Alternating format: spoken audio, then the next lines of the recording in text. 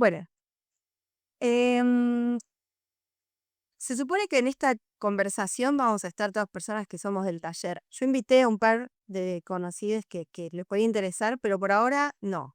Así que todo lo que charlemos va a estar en referencia a la actividad práctica de las clases del taller y a las búsquedas creativas que tengan.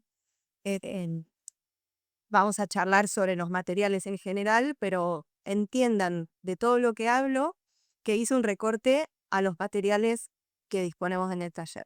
Y en eso después voy a hacer las aclaraciones, pero hay cosas que son universales y cosas que no tanto. Y un poco por eso me parecía interesante que tengamos esta clase, eh, como para entender de qué material estamos hablando cuando trabajamos con un esmalte. em, Tiene algunas complejidades extra que tal vez no aparecen tanto al trabajar con la arcilla. Eh, es más fácil conectar con la arcilla sin saber bien qué es que conectar con el esmalte. Más que nada porque responde a cuestiones químicas, que tiene como muchos más defectos posibles. Entonces, bueno, mi intención era con esto abrir un poco el panorama de lo que ustedes tienen en la cabeza a la hora de pensar en un esmalte, y de ahí que la creatividad esté como alineada con las posibilidades, eh, y también darles un poco de herramientas para leer resultados cuando empiecen a probar. Porque a diferencia también del trabajo de modelado, con los esmaltes hay más chance de encontrarse con resultados esperados. Tal vez cuando estamos trabajando en mesa y me dicen si está finito, si está grueso, si esto va a sobrevivir al horno o no, hay bastante certeza en algunos puntos de cómo van a salir las cosas cuando salen del horno. Con el esmalte no es tan lineal, no es tan predecible. Obviamente no es magia, de todo hay una razón química o física de lo que está pasando, pero eh, hay que experimentar mucho más para decir conozco a este esmalte. De hecho, vamos a ver después al final, los esmaltes que están disponibles en el taller. Y hay algunos esmaltes que conocemos más que otros y de los que podemos prever un poco más los resultados que van a ver. Entonces, también tener en cuenta que esto es como una vuelta abierta a empezar a practicar, y ni ahí es un manual de resultados, porque nos vamos a encontrar con de todo después en el taller, cuando arranque la plaguita. Así que es también como para encarar esto como una aventura y no tanto buscando certezas. Entonces, dice acá una hoja de ruta, porque la organización el cerebro es importante para organizar la atención, porque va a aparecer muchísima información si saben más o menos por dónde va a ir la info. Al principio, un poco de cosas teóricas. Yo lamento. Vamos a ver qué es el esmalte, cómo se compone, cuáles son los materiales que componen a un esmalte y por qué funciona como esmalte y no como cuerpo cerámico, por ejemplo. Lo voy a tratar de ser breve, no es mi intención que esta sea una clase de química, ni tampoco de esto vamos a salir formulando esmaltes. Eh, Eso lo podemos hacer en otros pasos más adelante, que bienvenido sea. Em, pero bueno, vamos con un vistazo como para saber dónde estamos parados. Después, sí me interesa adentrarnos en la parte práctica de cómo se puede aplicar un esmalte, por qué elegir una forma de aplicación y no otra, con relación a los esmaltes que hay en el taller y cuánta cantidad de esmalte hay. Y después saber leer resultados de eso. Entonces, es interesante que aprendamos a ver un resultado cuando sale del horno con un poco más de información sobre resultados posibles. O sea, ¿qué significa que un esmalte esté planchado? ¿Qué significa que un esmalte esté chorreado? ¿Qué significa que esté cuarteado, craquelado o retraído? Empezar a familiarizarnos con esas palabras, porque cuando eso empieza a pasar en el taller y empecemos a mirar piezas que salieron del horno y con herramientas que hoy se lleven, puedan leer ese esmalte, que es como un lenguaje del material, me parece que es algo interesante y que les va a ir dando como capacidad de aprender. Y después, también obviamente la parte linda pensar en efectos posibles y en nuevas técnicas que puedan ustedes incorporar a la hora de pensar una pieza. Como siempre en el taller buscamos que las piezas que hagan estén pensadas a priori, que haya una búsqueda, un diseño. Obviamente que después los efectos se lograrán o no, porque nada nos va a salir de un día para el otro como si lo hubiésemos hecho durante 20 años. Y con el esmalte eso se hace muy evidente. Pero bueno, saber cuáles son las búsquedas posibles y cuáles las que tal vez no recomendamos todavía. Y por último, sobre evitar el espacio común, que bueno, somos mucha gente, tal vez hoy somos hasta 15 personas que tienen interés en empezar a probar con esmaltes, pero esto es algo que se va a contagiar. Cuando empiecen a ver resultados que les interesen, va a haber más gente que va a querer usar y en algún momento tal vez estemos todas las personas que formamos parte del taller usando esmaltes. Y eso puede traer un montón de desafíos en la hora de convivir. Por limpieza, por el cuidado del horno, también obviamente para agregar sus propias piezas. Y entonces vamos a volver a repasar cuáles eran las prácticas de higiene y de uso ideal de los materiales. Y obviamente al final el muestrario de los esmaltes que están en el taller para que ya se empiecen a hacer ideas de lo que quieren hacer. ¿Vamos? Vamos. Vamos. Entonces, ¿qué es un esmalte? Primera pregunta como para lanzar. Yo acá elegí 3 posibles respuestas que encontré en 3 sitios de internet random. No las elegí porque sean las mejores, sino porque son disparadores para pensar. Las voy a leer con ustedes porque si no es incómodo querer leer y escuchar a la vez. La primera dice, el esmalte cerámico es una capa vítrea que se aplica sobre la superficie de una pieza y se hornea. Genera un recubrimiento que aporta color, textura y protección. Voy a leer las otras 2 y después reflexiono. O reflexionamos, si alguien quiere ahí hablar, sería lo interesante. Un esmalte es un revestimiento inorgánico, fundente, que se fija sobre la cerámica a alta temperatura. Es una sustancia de base vítrea y puede ser de cualquier color. Y la tercera opción dice, los esmaltes cerámicos son vidrios que han sido adaptados para funcionar sobre y con el cuerpo de arcilla al que se aplican. Entonces, lo que encuentro en común en las 3 definiciones es que usan la palabra vítreo o vidrio. Esa es la primera gran diferencia a la hora de hablar de un esmalte, en contraste con cuando hablamos de la construcción, el modelado de una pieza, que estamos hablando de arcilla. El principal componente de una pasta cerámica, como lo vimos cuando hicimos máscaras, es la arcilla. Acá, lo que vamos a estar usando como principal materia prima va a ser el vidrio. No es literalmente el vidrio de la ventana, ahora les muestro un poquito de qué se trata, pero estamos hablando ya de otro material, con un comportamiento que es bastante diferente. Si ustedes se imaginan lo que pasa cuando caliento arcilla y lo que pasa cuando caliento vidrio, nos vamos a encontrar con 2 resultados muy diferentes. La arcilla se endurece, se hace cerámica, el vidrio se funde, se hace líquido. Después se seca, o sea, se enfría y se pone duro de vuelta, pero con su nueva forma, que es bastante impredecible a qué forma se va a adaptar. Depende de dónde caiga, en qué ángulo. Entonces aparece algo de esta cosa fluida como desafío a la hora de pensar en un esmalte. Después tenemos el detalle que dice la tercera definición, es un vidrio que fue adaptado para funcionar sobre la cerámica. Entonces, no es solamente vidrio, sino que tiene otros agregados, que ahora los vamos a ver, que lo hacen compatible con el cuerpo cerámico. No sé si alguna de ustedes alguna vez hizo la pruebita de poner un pedacito de vidrio o una canica, alguna cosa que se funda dentro de un cuenquito de cerámica. Lo hemos probado en algunas piezas, no sé si acá hay alguien que lo haya hecho. ¿Quién? Yo, Pepi. Ah, porque no me parece a mí nada. Sorry. ¿Cómo era el vidrio cuando salió fundido del horno? ¿Cómo lo describirían? Bien. Está craquelado, Craquelado, exacto. vidrio.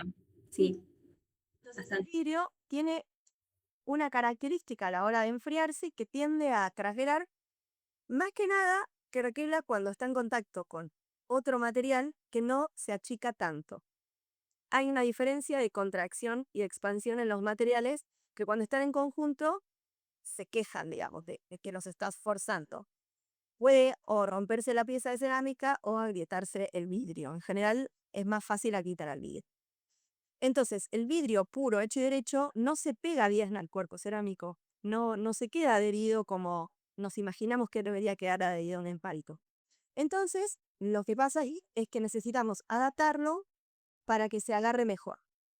Una de las cosas que le agregamos para eso es arcilla. O sea, es justamente algún componente que ya está presente en el cuerpo cerámico para que sean un poquito más amigos.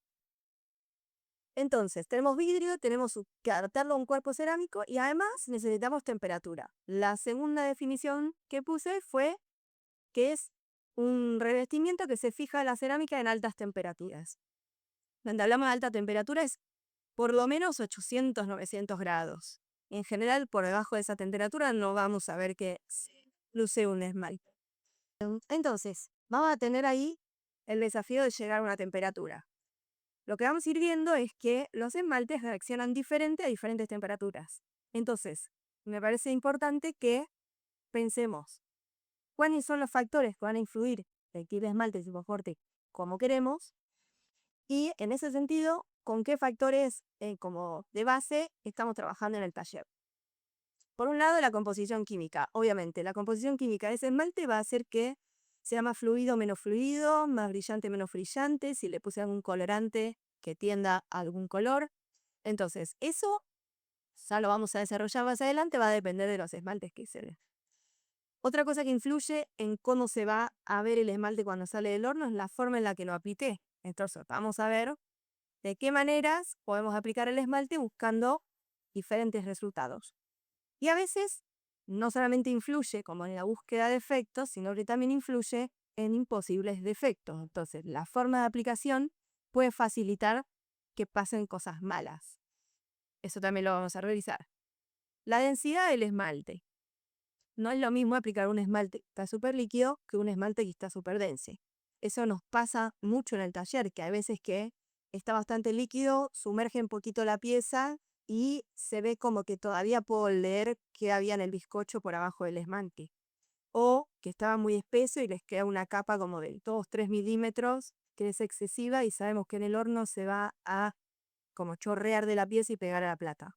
Son conversaciones que ya hemos tenido un montón de veces y que bueno, ahora vamos a entender tal vez un poco más por qué pasa, o por lo menos tenerlos más presentes. La densidad de los esmaltes en taller se supone que van a estar siempre controladas, pero hay esmaltes que tal vez no se usan hace 3 meses, se le evaporó un poco el agua y está bueno poder leer qué densidad tiene. ¿Hasta acá? ¿Estoy hablando mucho? ¿Me siguen? Esto recién empieza. Otro punto. Cuerpo cerámico al que se aplica. Y antes de meterme demasiado en el detalle de cuáles son los posibles cuerpos cerámicos, quiero que pensemos en los dos cuerpos cerámicos que conocemos. La pasta blanca, que nos da la cerámica blanca que usamos siempre, y las máscaras que eran color marrón. Y no sé si a alguna le pasó que al esmaltar esa pasta negra, el esmalte se veía más lechoso, como que no estaba tan translúcida. O que si lo ponían muy grueso, burbujeaba. Entonces, la cerámica que tengo abajo del esmalte tiene contacto con el esmalte, se comunican mientras están los dos en alta temperatura y pueden generar alguna interacción que se lea después en la superficie en el esmalte. Entonces, es importante considerar qué tengo abajo del esmalte. De la misma manera que si pinté esa pieza de un color, tal vez se va a poder ver a través del esmalte, depende de qué esmalte elegí. Caso más cotidiano, que es el esmalte transparente, y elegimos que se vea todo lo que pintamos por abajo del esmalte transparente. Cuanto más oscura la pasta, en general, más desafiante es hacerlo compatible con el esmalte. Después, la temperatura de horneado. Nosotras en el taller trabajamos con baja temperatura, que solamente es baja por contraste con la alta temperatura. Todas son temperaturas altísimas. En general, la cerámica utilitaria no se usa hornearla por debajo de los 1000 grados, salvo que sean cerámicas más de tipo precolombino que van sin esmalte. Si no, vamos a estar pasando los 1000 grados en general Y nosotras en el taller horneamos por abajo de los 1100, por eso es de baja temperatura. En más alta temperatura, y no me quiero meter mucho, pero está bueno tenerlo en cuenta a la hora de pensar en esmalte, tenemos el grés y la porcelana. Que la característica que ahora es importante tener presente es que cuando empezamos a subir la temperatura de horneado, con una pasta que soporte ir a más alta temperatura y no se funda o no pierda estructura, empezamos a tener un cuerpo cerámico que es más vítreo, o sea, que empieza a tener algunas de las características del esmalte. Y la más deseada es la de la impermeabilidad. Entonces, cuando trabajamos con cerámica de alta temperatura, no la que trabajamos en el taller, el cuerpo cerámico empieza a vitrificarse y por lo tanto deja de tener capacidad de ser atravesado por el líquido, pierde porosidad. Y por esa razón es muy usual ver cerámicas de alta temperatura que tienen esmalte solo en una parte de la pieza. Y en otra parte de la pieza tenemos el cuerpo cerámico como a la intemperie. Lo nombro más que nada porque a la hora de buscar referencias, posiblemente se encuentren con un montón de fotos de efectos re lindos de esmalte que están puestos en solamente una parte de la pieza. Y en otra parte no tiene nada. Eso es muy típico de la alta temperatura porque las condiciones están dadas para hacerlo. En baja podemos replicar esa estética. Sé que Connie está acá. Connie, ¿cómo lo hicimos? Que hicimos bruñido en una parte de la pieza y esmaltado en la otra mitad. Y replicamos la estética de la alta temperatura con otras técnicas. Pero no teníamos un cuerpo impermeable per se, no estaba vitrificado por adentro. Así que todas estas cosas influyen a la hora de pensar en un esmalte. Y por último, el tico de quema.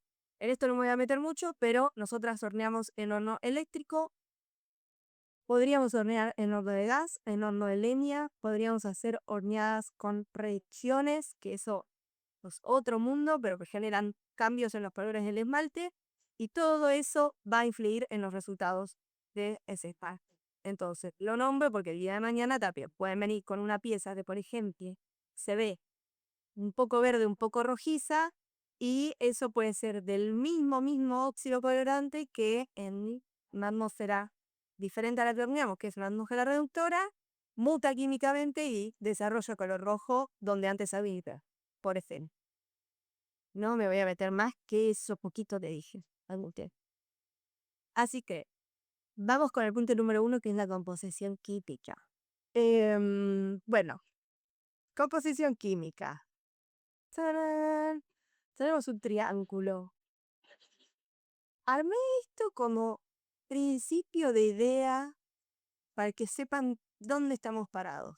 Pero no va a ser necesario que sepan esto para producir un esmalte.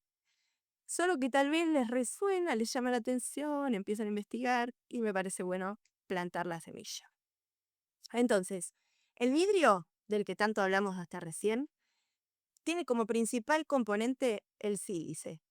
Todos los materiales de los que vamos a hablar están disponibles en la naturaleza, son minerales, su composición química es una serie de letritas y números como los de la tabla periódica, porque estamos trabajando con esos elementos. Entonces, el sílice, que en la tabla periódica aparece como Si, es el material esencial para poder tener un esmalte. Lo que pasa es que el sílice, cuando lo compramos para hacer un esmalte, va a tener un punto de fusión altísimo. Lo compramos en formato de cuarzo. El cuarzo funde a 1713 grados. Son temperaturas que no vamos a alcanzar en un horno de cerámica. Hay que hacer un esfuerzo enorme para llegar a los 1300. Llegar a 1700 está bastante lejos de la escala humana posible. Son temperaturas que sí existen tal vez adentro de un volcán, pero no lo vamos a lograr en nuestro horno, por lo que necesitamos poder fundir ese sílice de alguna manera. Y ahí es donde necesitamos traer otros materiales para empezar a tener un vidrio. Y ahí es donde entran los materiales fundentes. A veces hablamos de fundente, por ejemplo, cuando les explicamos lo que es un pigmento a la hora de pintar. Y les decimos, esto es un pigmento comprado, le va a dar el color, y tiene un agregadito de fundente, que es lo que hace que un poquitito se vitrifique y se fije al cuerpo cerámico, por ejemplo. O sea, son materiales que van a fundir muy fácilmente y que nos van a ayudar en el proceso. En este caso, el fundente lo que va a hacer es bajarle el punto de fusión al sílice y nos va a hacer que podamos empezar a tener algo vítreo. El fundente en baja temperatura, o sea, cuando trabajamos en temperaturas por abajo de los 1100 grados, en general va a ser una frita. Otra vez, no vamos a tener que trabajar con fritas en el taller o no, si todavía no lo podemos afornelar, pero la frita cerámica es algo que lo van a empezar a escuchar si se meten en el mundillo y es un combinado de un montón de minerales que hacen que el esmalte bajo. Entonces, nosotros en vez de decir, bueno, le voy a poner sodio a mi esmalte en formato puro, en vez de eso vamos a comprar una frita cerámica que viene con un poquito de boro, un poquito de sodio, un poquito de litio. ¿Pasó algo en la presentación que hayan visto que cambió? Me hizo un sonido, no tengo idea qué significa. Ah, viene invitado más. LOL. Admití. Entonces, tenemos el sílice, tenemos los fundentes, la frita. Para darles un poquito de contexto histórico a por qué hoy los esmaltes que usamos nos dan cierta tranquilidad de usarlos, es porque sabemos de qué están hechos. Antes, uno de los principales fundentes que se usaba para hacer esmalte que baja temperatura era el plomo. El plomo es altamente tóxico. Altamente tóxico. La gente se movió. Hubo un tiempo, más que nada en España, hacía el esmaltes con muchísimo plomo. La gente empezó a consumirlo porque el plomo se iba del esmalte y pasaba a la comida y empezaron a tener enfermedades graves hasta muerte por intoxicación por plomo a través de su pieza de cerámica con la que tomaba el agua todos los días o comía. Hoy en día no se usa más el plomo o solamente en algunas excepciones muy pequeñitas y con muchísimo control. Nosotros vamos a usar boro, sodio, litio, potasio. Litio cada vez menos porque es carísimo y es el que se usa para las baterías, así que el litio empezó a dejar de ser un material usado en cerámica desde que empezó a haber más uso de la tecnología. Pero sí usamos boro, sodio, potasio como principales fundentes de baja temperatura. Cuando nos vamos a alta temperatura aparecen otros fundentes que ni nos le dan nada. Ahora, miren abajo de todo en la presentación, se ve mi clic, ¿no? Que me estoy moviendo en la pantalla. Sí, se ve. Entonces, abajo donde puse estructura, la foto de la derecha tiene la imagen del vidrio craquelado de la que hablábamos antes que te pidió Alondro y le quitas cuando puso libro. Es ya una gota dura, eso salió del horno, se enfrió y se endureció y se craqueló. Esa es una característica típica de un vidrio fundido o por ejemplo de un fundente si lo llevo así solito al horno.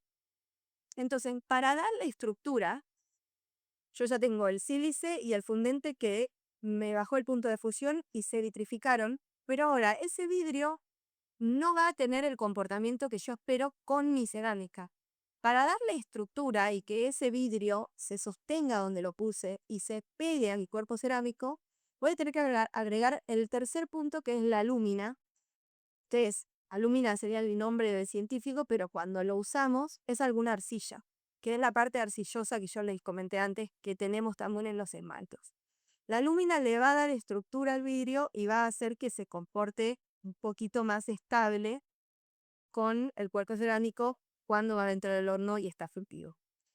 Entonces ahí se genera un equilibrio que cuando compramos un esmalte comercial ya sabemos que se generó y cuando tenemos un esmalte hecho en el taller es un desafío importante lograr ese equilibrio. Puede desequilibrarse de un montón de maneras.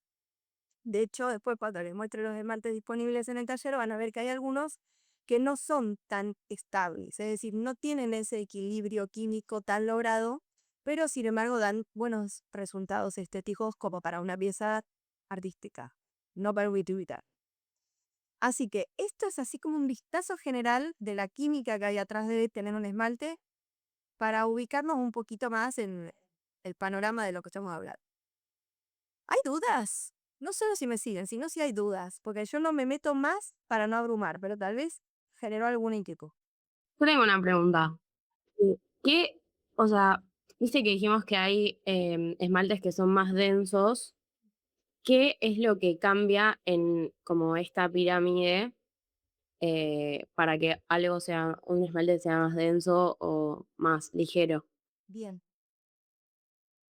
voy a hablar un montón de eso en todas las diapositivas que sigan, pero lo voy a responder ahora que apareció. No tiene que ver con densidad. Para que sea más denso, le agrego más agua, menos agua al polvito que tengo en la mezcla de todas estas cosas con otras cosas. Si yo le agrego más agua, está más denso, está menos denso, o sea, está más ligero. Si tiene menos agua, está más denso. Pero creo que tu pregunta, Pili, es si es más duro o más fluido, como el malte, o no. Sí. Cuanta más alúmina le pongo, es decir, más arcillas que lo van a estructurar más, voy a tener un esmalte más duro. Es decir, se va a quedar más en el lugar donde yo lo coloqué. Cuanta menos alúmina le pongo y más fundentes tengan, más características del vidrio va a tener, más fluido, más va a fundir cuando esté dentro del horno a Ancaster temperatura. Entonces, es en la variable alúmina fundente donde en general vamos a estar dialogando para ver las características de un esmalte que funciona. Después, obviamente que si le puse mucho sílice, no tengo suficiente fundente o no tengo suficiente temperatura, no llego a fundir el sílice y eso también me va a hacer un esmalte quinto. O si lo puse muchísima alúmina y ni siquiera se genera un vidrio en torno a las moléculas arcillosas, tampoco voy a tener algo con aspecto de esmalte, voy a tener algo más parecido a un engobe, si me excedo en alilo. Si me excedo en sílice voy a tener algo como que se ve infracocido, que está duro, que está rasposo. En general al tacto se parece al cosito donde encendemos un fósforo, que es como rasposito, una piedra dura. Esa va a ser la estética de una pieza excedida en sílice. También podría llegar a ser excedida en ABT. Pero la relación alúmina fundente, especialmente cantidad de fundente, en la que nos va a dar mayor o menor fluidez del espacio. Eso responde a tu pregunta y bueno. Entonces, ahí aparece lo que preguntaba Pili para quienes tal vez todavía no vieron un esmalte directamente. Es algo transparente. Vamos a tener diferentes formas de mirar un esmalte.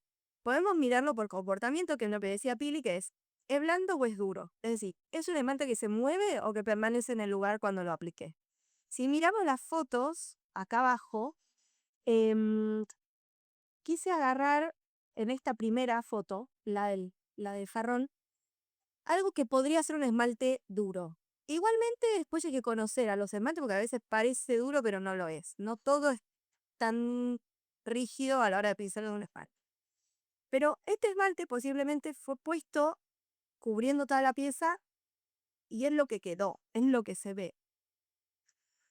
Después vamos a ver ejemplos de esmaltes blandos, porque es más o menos la gracia de todo lo que vamos a hacer es para poder distinguir duros y blandos y dan como un exusante. La otra característica que podemos observar de un esmalte es si es transparente u opaco. En la segunda foto tenemos esmaltes transparentes. Es decir, yo puedo ver, por ejemplo, en los tres cositos del medio que tienen como unas hojitas esgraciadas, puedo ver que por debajo del color turquesa, celeste y verde había un blanco, que posiblemente esa pieza tuvo dos técnicas decorativas o hasta tres, todo lo que sé. Primero es una pieza marrón, de arcilla marrón. La esgrafiaron, le hicieron rayitas de hoja. Le pintaron con un engobe blanco o con una arcilla blanca por arriba, con pargotina. Sacaron el excedente, entonces solo las rayitas quedaron rellenadas con blanco. Eso ya es una técnica decorativa preciosa en Nishima y la pueden hacer en el taller, algunos ya lo habrán hecho. Ahora, si yo sobre eso pongo un esmalte que tiene color, pero es transparente, le voy a dar un tono a la pieza, pero voy a poder seguir viendo por debajo la técnica decorativa que hice. Cosa que no sucede con los esmaltes opacos. Opaco significa que yo no puedo ver a través. No es mate, no es satinado. Es decir, puede ser brillante, pero no puedo ver a través. Eso va a suceder también con los esmaltes altos en alúmina. Hay algunas excepciones, pueden tener otras características que los hacen opacos, pero en general va a ser eso. Entonces, suele haber una relación entre esmaltes duros y opacos y blandos y transparentes. No siempre, pero sucede. Entonces, podemos ver cómo se comportan en el horno, podemos ver cómo se ven cuando salen del horno y también podemos distinguir los esmaltes por la cuestión estética del color o la textura que nos van a dar en la pieza.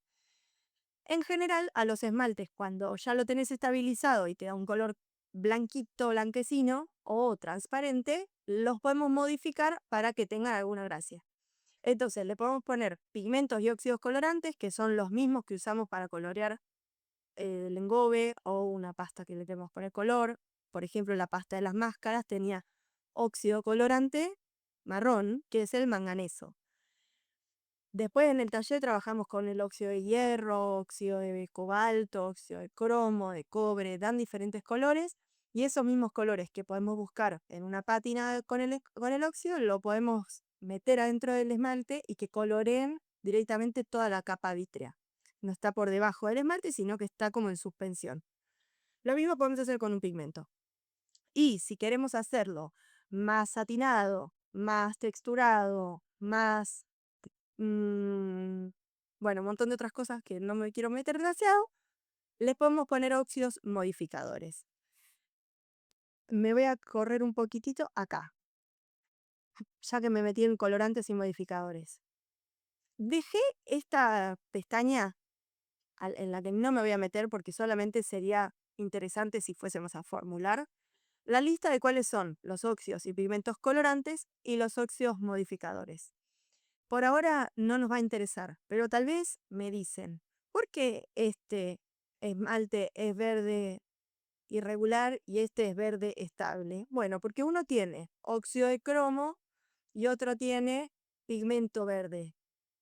El óxido me va a dar algo un poco más loquillo, más propio de la naturaleza, que tiene sus matices, y el pigmento es un pigmento industrial que siempre va a dar el mismo verde. Lo mismo con los modificadores. Cuando veamos algunos de los efectos que hacen los esmaltes más artísticos, tal vez les digo, no, es que este es un esmalte que tiene mucho titanio, y entonces está súper duro y súper mate. Bueno, es porque le agregué este óxido modificador que se llama quitara. Todos disponibles en la naturaleza y en la tabla periódica su composición. Entonces, vamos a lo que preguntaba Pili sobre los esmaltes duros y los esmaltes blandos, que es recontra interesante a la hora de pensar en si te poner en par, que va a ser posiblemente la búsqueda que haga la mayoría a la hora de usar. No nos interesa que usen los esmaltes porque están aburridos de su pieza y se quieren sacarle encima y sumergen toda la pieza en un esmalte de color y buen día de la cuestión. No es la búsqueda del taller, no hay suficiente esmalte para eso. La intención de todo esto es que ustedes encuentren en el eje material todavía más posibilidad creativa. Así que es recontra interesante pensar cómo se comportan los esmaltes para buscar qué son. ¿Cómo se comportan los esmaltes? ¿Como blandos o como duros? Hay un punto medio, lo vamos a ver. Pero en general vamos a categorizar que es más fácil de pensar. Entonces, esmalte blando. Es un esmalte que chorrea y tiende a ser translúcido. Hay excepciones, pero en general tiende a ser translúcido. Es una forma de mirar una muestrita y decir, este tal vez es blando. La foto que ven abajo, que es color turquesa, es de un esmalte blando. Es el esmalte turquesa que está disponible en el taller. Y si ven, pueden ver como los vértices del relieve que tenía este cuadradito que dice BP Group. Le pueden ver los bordecitos un poquito más blancos. Y después el color mucho más acentuado en las zonas donde se hizo como más piletita de esmalte. Eso es porque a la hora de aplicar el esmalte se aplicó parejo, pero cuando se fundió empezó a ceder, a chorrearse y se asienta en los lugares donde encuentra una superficie donde quedar asentado y no seguir trasladándose. Eso le da un montón de... es muy vistoso un esmalte blando porque tiene como que resalta todo lo que hay abajo. Es muy lindo para hacer texturas y después esmaltar con tu esmalte blando y que se acentúe. No así el esmalte dudo, que cuando lo aplico, la expectativa es que se quede en el lugar donde lo apliqué. Entonces, si miramos ahí la tesera blanca, que casi que no le puedo leer el relieve que tiene abajo, es porque este esmalte no solamente no se movió, sino que además es bastante cubritivo. Me ocupa un espacio en la pieza. Entonces, bueno, ahí tenemos como, no sé, una estética posible a la hora de, no sé, esmaltar por dentro una pieza utilitaria y que me quede súper, súper apta vajilla. Un esmalte blanco adentro es lo más clásico, vas a un restaurante y lo clásico es que tengan una losa esmaltada de blanco. Es un esmalte duro que te permite como limpiar y que se vea limpio. Es muy estable, en general no se raya. Entonces, bueno, tiene sus cosas buenas el esmalte duro, no lo odiamos, solo que a veces es aburrido. Y aparte es bastante más buchón que el esmalte blando a nivel estético. Ahora el blando te puede cagar más piezas de verdad. Ya lo vamos a ver. Entonces, esmaltes duros, esmaltes blandos por su composición. Más o menos fundente y ahí puse un texto que es básicamente todo lo que acabo de decir. Ahí está. Acá puse ejemplos. La imagen que tiene muchas teselitas tiene ya algunos ejemplos de superposición de esmalte que me parece interesante que vean cuando, por ejemplo, la teserita está de arriba a la derecha, que tiene como un efecto de un azul sobre un celeste, sobre un verde. Ahí posiblemente tenemos más de un esmalte superpuesto y que cuando fluyen adentro del horno empiezan a desarrollar diferentes tonos. Después tenemos, por ejemplo, acá la del medio, que dice drippy, o sea, que botea, que se funde demasiado. Eso ya casi que podría ser un defecto. Cuando el esmalte se traslada tanto a través de un cuerpo cerámico que termina generando una capa súper gruesa abajo y muy finita arriba, es un esmalte que fundió de más. Ya no me dejó una capa maneja de esmalte, tengo riesgo de que se me chorree en la placa del horno, y eso pasa con algunos de los esmaltes que tenemos en el taller, por lo que es necesario que los conozcamos a la hora de usarlos y no ponerlos cerca de la base. Podemos no solamente cagar la pieza, sino también la plata del horno. Así que, cosas a tener en cuenta, eso existe. La foto de la derecha, que tiene un cuenco negro con algo blanco arriba, me pareció hermosa, primero que nada, y un muy buen ejemplo de un comportamiento de esmalte duro. Seguramente este esmalte blanco fue puesto, en donde lo ven, sobre el esmalte negro, que está bastante estable. No parecería que se haya movido ni fundido demasiado, ni tampoco que es aburrido y durísimo. Está ahí, como un esmalte transparente se comporta. Y tiene arriba el esmalte blanco bien duro. Fíjense que ustedes pueden ver hojitas pintadas en el esmalte. Eso significa que se aplicó el esmalte y se pintaron hojitas por arriba en color azul. Se fundió, se enfrió y las hojas siguen en el mismo lugar. No se movieron en el espacio, no se deformaron. Tal vez sí en algunos puntos vemos un poco más borroso, pero eso habla de un esmalte súper duro. Y esa técnica la pueden hacer en el talle, que también es mayólica, en la típica técnica para hacer un azulejo. Los azulejos que se ven en Portugal, en España, que son blancos, tienen decoración en azul, tienen el esmalte blanco aplicado y sobre eso tienen pintado con pigmento azul o cobalto los diseños que se quieran imponer. Y se quedan fijos ahí porque ese esmalte no se mueve. Como mucho interactúa y te hace que el azul sea como más celeste o más gris. Así que ese es un gran ejemplo. Entonces, acá voy a agregar una palabrita nueva que es la tensión superficial, que es un concepto muy importante a la hora de pensar en cómo se comportan los esmaltes y cómo evitar defectos. La tensión superficial es básicamente la fuerza que están haciendo todas las partículas del esmalte cuando están aplicadas para o mantenerse juntas o que tensionan tanto que se me empiezan a querer separar. Entonces, si hay mucha tensión, se me terminan de separar y se amontona, se hacen como pequeñas islitas de esmalte que se llama retracción o crowding. Y tiende a ser un defecto, como en la foto 2, que ven que el esmalte blanco como que se abrió y me dejó un espacio donde está el bizcocho a la vista. Salvo cuando quiero que sea un efecto y sucede el nodulizado, que es el de la primera imagen, que son burbujitas mucho más prodigitas.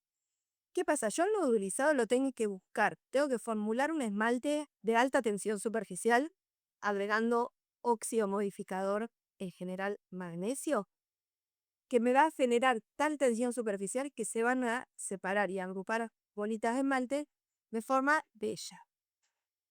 Cuando no es un efecto deseado, tiende a verse como en la segunda opción, no sé si alguna que pasó alguna vez en sus piezas, puede pasar no solamente porque es un esmalte duro de alta tensión superficial, sino también por sobrecarga de esmalte. Lo vamos a ver en la solapita de defectos posibles. Entonces, la tensión muy alta me empieza como a tironear del esmalte.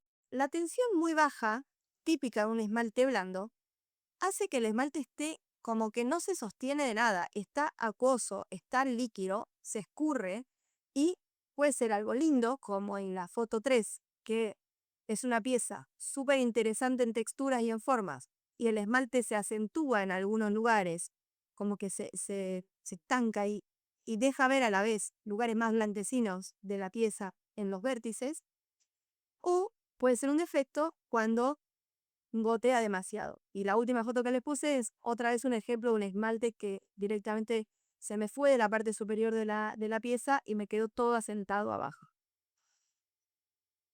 Detalle.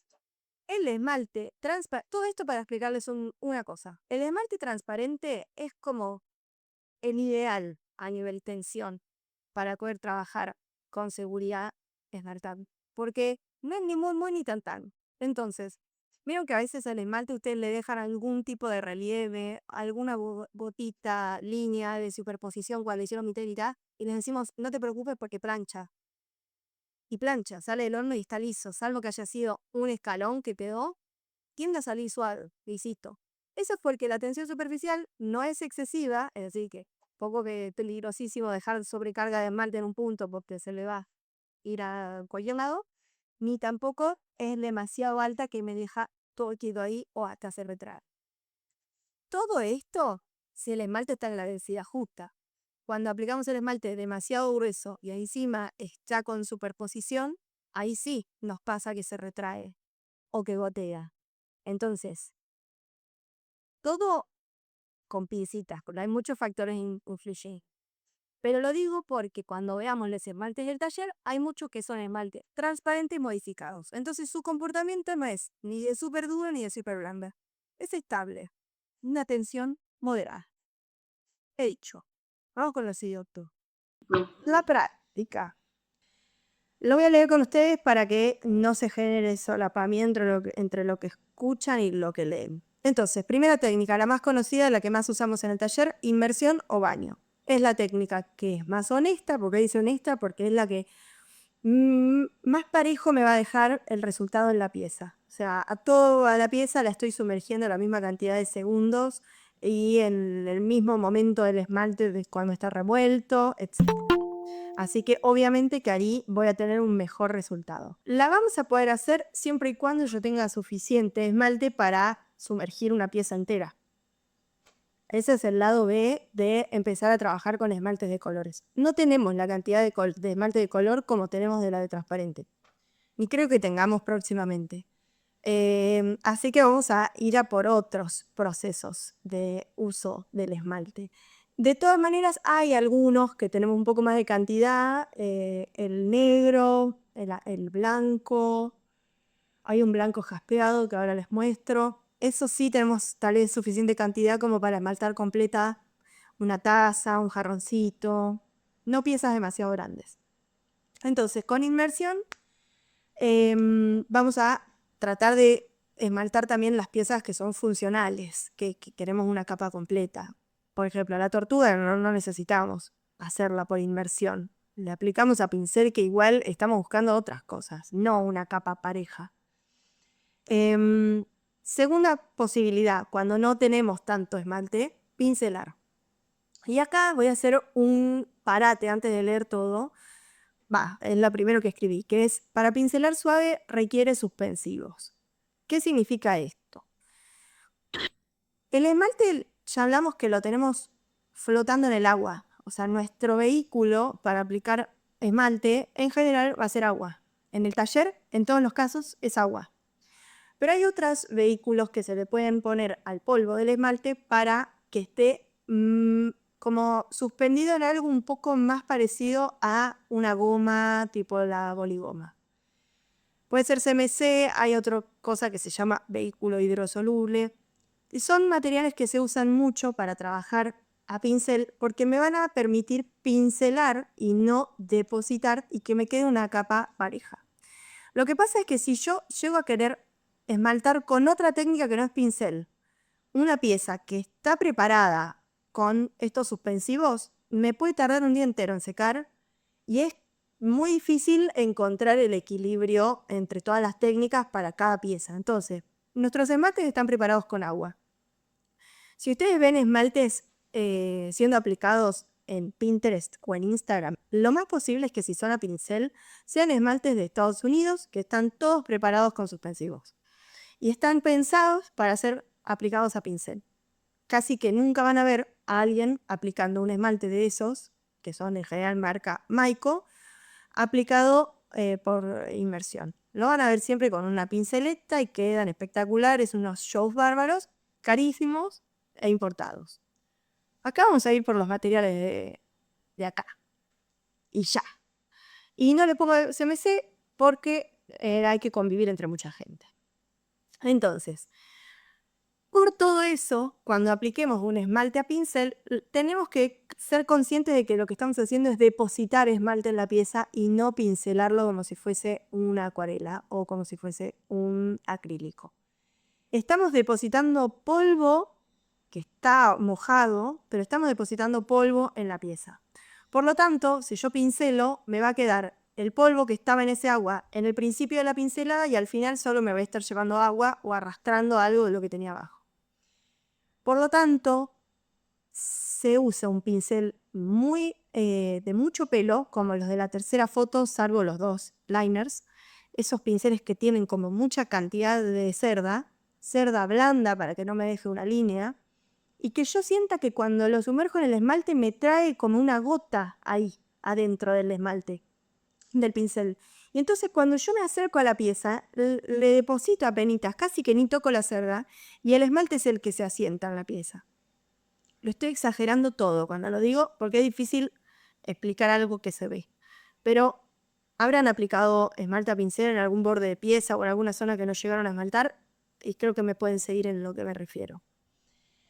De todas maneras, nada, vamos a estar al lado cuando apliquen los esmaltes y vamos tanteando. Entonces, pueden llegar a necesitar 2 capas, eso lo vamos a definir sobre la marcha cuando veamos cómo quedó el esmalte seco. Cuando está húmedo es difícil leer ese esmalte, no es sencillo saber si le puse mucho o poco. Es más fácil ver si le puse mucho, pero si le puse poco, hasta que no se secó, no es tan notable. De todas maneras, para hacer un test de grosor de esmalte, este es un tip interesante, yo tengo que poder agarrar una pieza y pasarle la uña, como hacer esto, como rayarla, y sentir que saco algo de material. Si yo hago la línea así y no se marcó nada, que es casi como estar rayando el bizcocho directamente, no tengo suficiente material ahí. Piensen que eso se tiene que fundir y generar un vidrio. Si es tan fino, sí, tal vez me impermeabiliza un poquitito la zona, pero no va a generar el vidrio y la capita interesante que me tiene que dar un esmalte. Entonces hago ese testeo para ver si me quedó muy finita y puede ser una forma de prever resultados.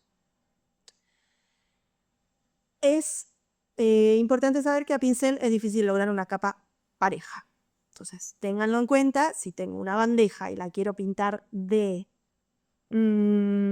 verde botella, que es un esmalte del que tenemos muy poca cantidad, y lo quiero aplicar a pincel, las chances son que me quede fea. Lisa y llanamente, me van a quedar manchones, partes más cargadas, menos marcadas. Entonces, ahí es donde tienen que hacer con lo que hay y tomar decisiones sabiendo cómo se comporta el material y cómo son las técnicas. ¿Dudas hasta ahí? Todo bien. Empiezo a estar cada vez más policía ahora. Se me empieza a levantar la cana. Entonces, la jarra. Otra técnica de esmaltado que está copada para cuando no tenemos tanta cantidad de esmaltes. Foto 4. Agarro, no es necesariamente una jarra, puede ser un vaso. Agarro el esmalte, con la otra mano agarro la pieza y chorreo el esmalte en la pieza, tratando de hacer una pasadita pareja. Dice, se vierte el esmalte sobre la pieza, una en la mano o sobre un par de varillas y contenedor. Ahora les muestro cómo se vería eso para que se entienda. Y se debe hacer con un movimiento fluido y continuo para evitar marcas. Esa es la parte donde hay que tener confianza. Si pónganle que quiero esmaltar mi pava y tengo mi esmalte acá, tengo que hacer un recorrido.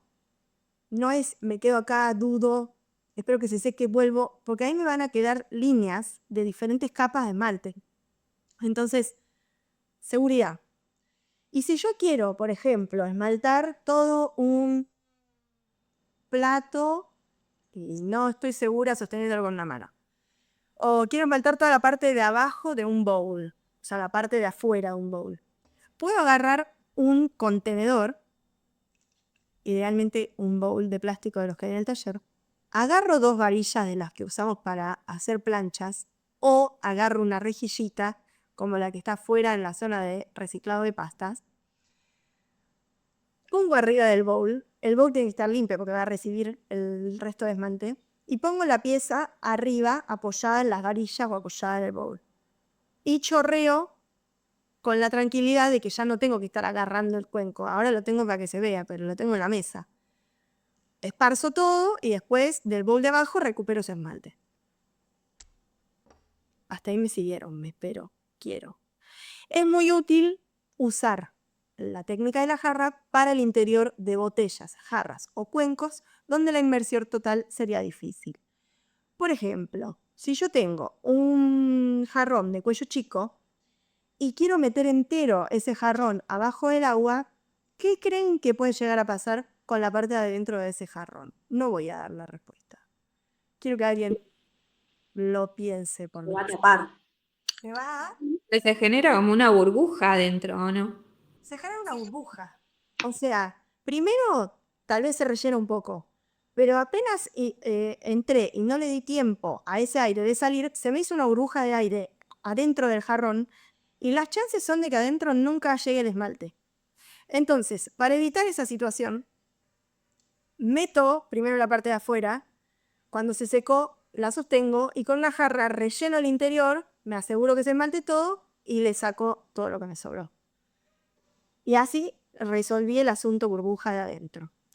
Lo mismo puedo querer hacer porque quiero usar 2 técnicas diferentes en una pieza. Puedo querer que adentro tenga esmalte rosa, entonces le pongo, le hago así como un bailecito para que el esmalte llegue a todos los bordes, se lo vuelco, muy normal que al volcar me caiga una gotita sobre la pieza, eso lo tengo que prever. Si prefiero hacerlo antes para poder limpiarla, o si se la voy a querer dejar, entonces lo puedo hacer después, a desarrollar. Y después lo de afuera puedo hacer otra cosa, puedo poner otro esmalte, puedo tener una pieza de esmaltado transparente porque le hice un esgrafiado recopado o lo que sea. Entonces, la jarra también es como para segmentar instancias del esmaltado. Y por último, la aspersión, que ahí le tenemos que pedir prestado a Pepi el aspersor. Hay una foto acá, esta chiquitina que puse ahí, que es como un cosito de metal, que es el elemento que se usa para pulverizar el esmalte. Es totalmente mecánica la tecnología. Pongo esmalte adentro, soplo por ese palito y sale como un de esmalte. Y entonces con eso yo puedo hacer una fina capa de un esmalte sobre otro. Si es muy fina, no va a pasar nada. No va a desarrollar color, tal vez ni siquiera desarrolle algún cambio, ni siquiera una burbuja, de nada. Si empiezo a avanzar en la capa, la cantidad de veces que le paso, puedo empezar a generar efectos degradados posiblemente. Ahí la fotito de abajo tiene como un degradado que puede ser generado con aspersor. Igual esa pieza está cruda, pero como para darse una idea. No es tan usual, pero sepan que es una posibilidad. Hasta ahí estamos con las técnicas de aplicación. Pregunta, Sí, ¿el pulverizador se usa con esmalte mojado o en polvo? mojado. Todo lo vamos a aplicar mojado. Ok. En verdad, el esmalte en polvo solamente existe para poder crearlo, digamos. Después no se usa el esmalte seco. No existe. Hay uno que es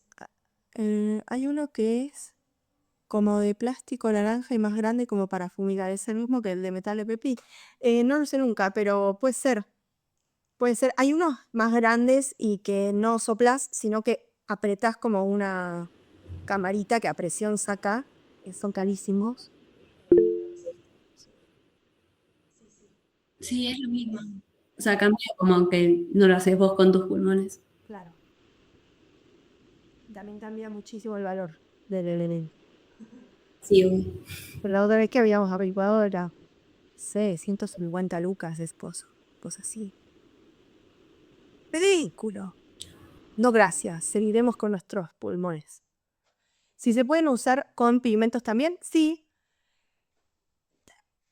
No sé qué efecto se lograría con el pigmento, porque lo que pasa con el pigmento es que decanta. Decanta más que el esmalte. El esmalte decanta, pero el pigmento decanta más. Entonces, tendrías que estar permanentemente revolviendo y soplando a la vez. El esmalte hay que tenerlo revuelto cada tanto, no tendrás que dormir la siesta con el esmalte metido dentro del pulverizador, pero bueno, lo revolves y usás. El engobe sería más interesante para hacer una técnica de decoración bajo cubierta. Y hay algo con lo que decía Pili de la densidad y que decías vos de la cantidad de agua que tiene el esmalte. O sea, como están casi todos en el taller, se pueden usar, creo. Pero si uno tiene menos agua, quizás no pase por el pulverizador. Ah, porque es muy chiquito. Claro, sí. Puede ser. O si tiene como un grano grande, Claro. la ceniza no pasaba. Total. Sí. Ahora vamos a ver, algunos esmaltes tienen agregados de cosas con un grano más tangible, digamos, más visible también. Nosotros si vemos un esmalte no podemos distinguir cuál es el cuarzo, cuál es el fundente y cuál es el pigmento. Ahora, cuando el efecto de ese esmalte es tener puntitos, ahí sí lo vemos, se ven puntitos suspendidos en el esmalte. Y eso ya con esa granulometría tal vez sí entren en juego a la hora de pulverizar. Supongo que depende del pulverizador también. ¿Se puede meter esmalte en un tipo chuf chuf? Me encanta todo lo que está pasando. Pues lo mismo, que no se tape. Claro. Desafío. Sí. Claro, tiene que tener como una boca lo suficientemente gruesa para que Sí. salga. Y tener de la mano a esa técnica la noción del grosor. Necesitamos un poco de grosor para desarrollar el esmalte. Ahora, si ustedes quieren, no vamos a usar los que tienen agua en el taller, que ya tienen agua, pero si quieren traer para probar, inventar, lo hagamos. La vuelvo loca. Probemos todo lo que se les ocurre. Hay un chuf chuf que en realidad es más como un rociador que usa la gente para mojarse el pelo en la mañana, no sé si lo tienen visto, muy de belleza. Relajación permanente. O sea, no Claro, se hace chuf. Y que salía. entonces me imaginé ponerle dentro algo y hace como un... Sí, es como el de fumigar o el de regar las plantas con jabón potásico. Sí, sí. Sí, trae. Voy al chino ahora para un regalo, voy a ver si lo veo. Es el momento Es el momento. de traer citas. Perfecto. Bueno, acá llegamos al momento no tan feliz, que es el de ver defectos posibles. Algunos de los defectos se los cuento para que los conozcan, pero no van a estar tan al alcance de su práctica cerámica corregirlos.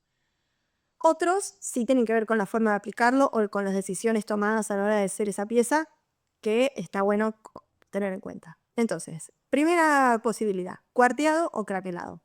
Ese efecto muchas veces tiene más que ver o con la composición del esmalte o con la temperatura del horno. Entonces, en esos casos, ustedes mucho no pueden hacer porque no controlan el horno ni la temperatura que usamos, ni eligen cuál es la pasta y el esmalte con el que trabajamos. Cuando sucede, nosotras encaramos ahí un proceso de adaptar las cosas que tenemos para que vuelvan a funcionar. Por ejemplo, en un momento cuando arrancó el taller, las piezas craquelaban. Hace unos 5 años era muy normal que se lleven un mate y a la vez siguiente nos digan está todo craquelado como en la primera foto. Eso era un defecto y era que le estaba faltando temperatura a la horneada. Cuando subimos la temperatura del horno no nos pasó más. Pero bueno, se los comento porque está bueno conocerlo.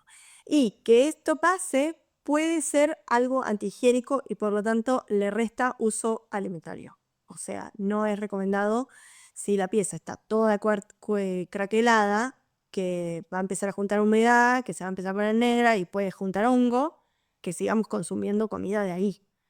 Que al final hay que cuidarse también de estas cosas. Y corresponde decirlo. Así como no queremos comer de un plato que está con plomo, tratamos de no tener una pieza craquelada en nuestro cotidiano. Si un día lo hago no pasa nada, pero que no sea la pieza de todos los días. Otro defecto, el escurrido. Esa sí es evitable a la hora de que ustedes decidan qué hacer con sus piezas. La foto 2 es el momento en el que abrimos el horno y puteamos porque nos encontramos con el problema. La foto 3 es lo que idealmente puede pasar en su pieza, que es que se llevan un poquito de cover de la placa. ¿Ven que la placa en la foto 2, esa es una placa de horno? ¿Ven que tiene como pincelado algo blanco? Nosotros al horno, a las placas, para poder protegerlas de estos incidentes, las protegemos con esta fina capita de arcilla o de cuarzo, que cuando alguna pieza se queda pegada, se desprende y la pieza se lleva esa capa y no se lleva puesta toda la placa, que eso tiende a generar como una ruptura de la placa.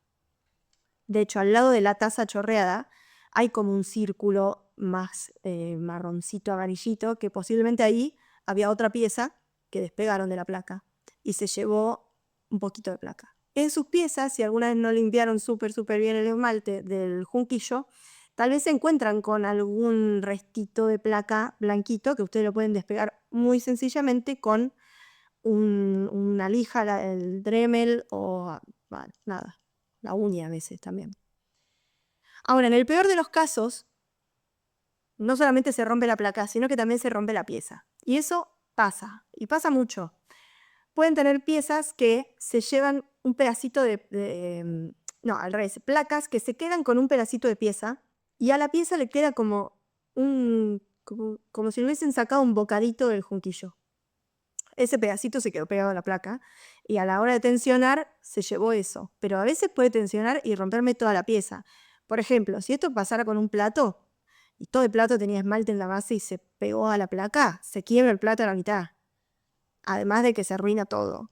Un bajón, que no pase. Entonces, defecto chorreado, indeseable, lo podemos evitar regulando el grosor de la capa, fijándonos si hacemos una superposición de esmaltes y ponemos todos esmaltes blandos, que no suceda de la mitad de la pieza para abajo, que no vayan esmaltes blandos superpuestos de la mitad de la pieza para abajo. Lo digo 2 veces. Puedo decirlo 3 si quieren. Pero que no pase. Porque si pasa, por favor, si lo hicieron y no se acordaban, díganlo antes de que vaya al horno y le sacamos el esmalte. Porque es peligroso. Y obviamente esto puede pasar con un esmalte que no sea súper blando. Puede pasar con el transparente. Nos ha pasado. Entonces les dejé acá 2 fotitos de pies de piezas para ver cómo debería verse cuando limpian el esmalte de la base de una pieza, el grosor. Ustedes cuando miran la base pueden ver el grosor. Hay ahí un ayudín. Si veo esto, está todo bien. Más que nada en la primera fotito que tiene como un semicírculo de junquillo. Ahí, que todavía no le pasé la esponja, es donde más fiel está la lectura de grosor de esmalte. Se ve 1 milímetro, no mucho más. Si yo ahí ya veo que tengo un mar de esmalte y me pasé, ¿puedo decidir que quede grueso? Sí, pero no cerca de la base.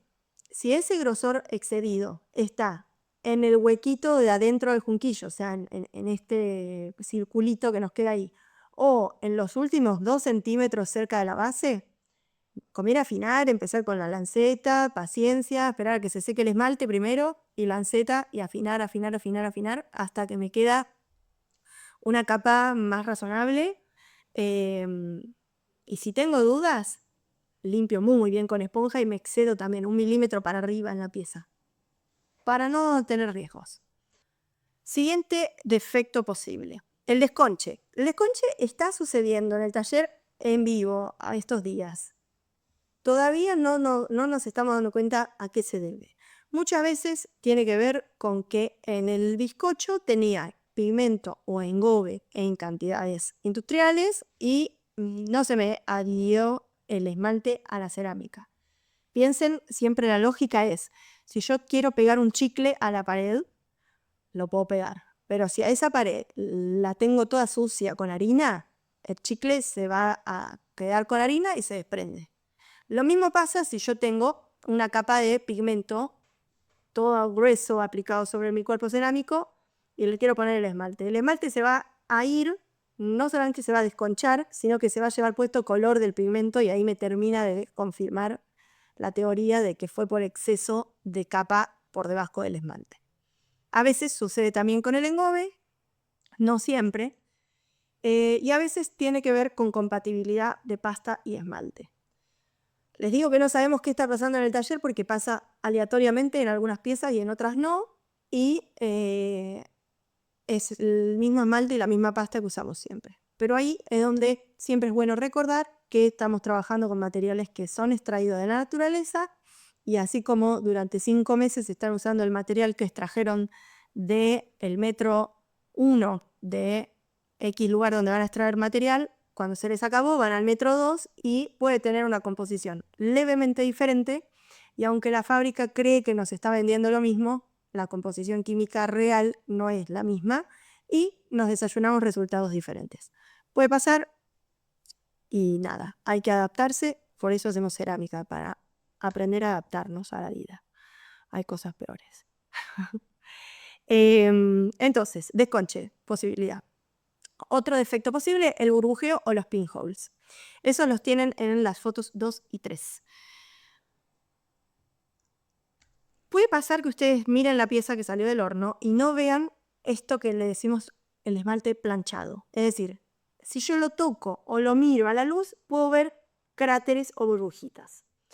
Eso puede ser porque la pieza debajo no terminó de madurar en el horno y todavía tenía gases atrapados que querían salir y no logran atravesar la capa de esmalte y por lo tanto quedan atrapados ahí a mitad de camino y está la burbuja. Puede ser porque el esmalte está muy grueso y entonces como que se hirvió, se burbujeó, o cuando es un esmalte muy duro como el de la foto 2, también eso, como que no llega a planchar y queda como a medio camino, ahí te quedan los puntitos. Y a veces también tiene que ver con la curva de horneado, que ahí otra vez es una variable que ustedes no van a estar controlando y que en el taller tratamos de tener la mejor curva de horneada, que no es ni demasiadísimo larga para que las cosas se puedan chorrear y pasar, ni demasiado corta, que eso podría hacer que no madure bien el esmalte adentro del horno, porque el esmalte pasa por un momento en el que está muy viscoso, que es como una miel, y necesita como estar así un ratito y se empieza a acomodar y acomodar y acomodar y después se enfría lentamente y plancha bien. Si eso sucede un poco de golpe, tal vez queda a medio camino ese procesito de adaptarse bien al cuerpo cerámico. Entonces, de estos defectos que dije, el que más importante es que ustedes tengan presentes es el de lo fluido, ¿no? El del chorreado. Los demás yo se los comento porque existen y van a pasar.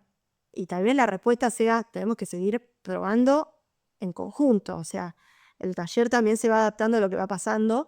No hay respuestas cerradas ni les vamos a prometer resultados óptimos en todo. Eso está como en las bases y condiciones de nuestro pacto. Bien, y estos dos defectos son sí también evitables en la práctica. La opacidad no deseada, o cuando decimos el esmalte me quedó lechoso, es como lo que ven del lado de adentro de la taza negra. ¿Ven que se ve como algo blanquecino? Indeseable en general. Es la sobrecarga. Cuando un esmalte transparente tiene mucha capa, empieza a haber como mucho material flotante en ese vidrio y ya deja de ser translúcido porque la luz choca antes con lo que sea que está componiendo ese esmalte. Hasta a veces no llega a madurar bien, tiene burbujitas que no terminaron de salir y esas mismas burbujas son las que hacen chocar en la luz y por lo tanto empiezan a generar opacidad. Pero no por eso es un esmalte opaco, sino que está lechoso, no está desarrollado de la mejor manera por carga o también puede ser por falta de temperatura en el horno. Algunas veces nos pasó que nos damos cuenta que el horno se rompió, no está llegando a temperatura porque todos los esmaltes, todas las piezas salen lechosas y ahí es igual, están crudas. No se terminó de fundir. Pero bueno, pasa muchísimo que también tiene que ver con la capa de esmalte, más que nada cuando es una pieza de las 30 que estaban al horno. Eso lo puedo controlar poniendo una capa moderada. Otro defecto cuando pongo sobrecarga de esmalte es el crawling o el recogido, que ya se los comenté antes, que teníamos la foto de una pieza blanca que tenía como islitas. Acá otro ejemplo con un esmalte azul. Pasa con los esmaltes duros y pasa con la sobrecarga. Se ve esto que ven acá, que la verdad a mí me resulta desagradable, indeseable. Puede ser algo divertido de hacer en una pieza artística, llamativo, loco, interesante al tacto, puede ser. En una pieza utilitaria no queda bello y además es indeseable porque son zonas donde queda el bizcocho a la vista. Por lo tanto, puede quedar poroso y otra vez no ser higiénico.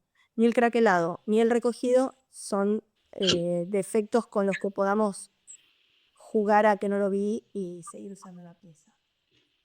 Consulta. Sí. ¿Cuál sería la diferencia entre el recogido y el... ¿Inmovilizado? Sí, ese.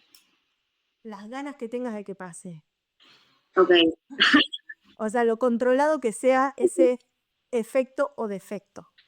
Bien. En general, en todo lo que estamos hablando, también a la hora de modelar una pieza, la diferencia está en tu intención. Vos podés buscar un defecto y desearlo y dejarlo. Por ejemplo, si yo dejo secar la boca en un pellizco. Tengo una taza ya casi terminada, en estado húmedo, ¿no? Y empiezo a dejar secar la boca. Y después de un rato, pellizco ese último centímetro. ¿Qué puede pasar en esa boca? Por práctica que ya tienen. ¿Sí? ¿Qué puede pasar? Pero me estaba tomando nota y no No, escuché. cualquiera puede responder eso.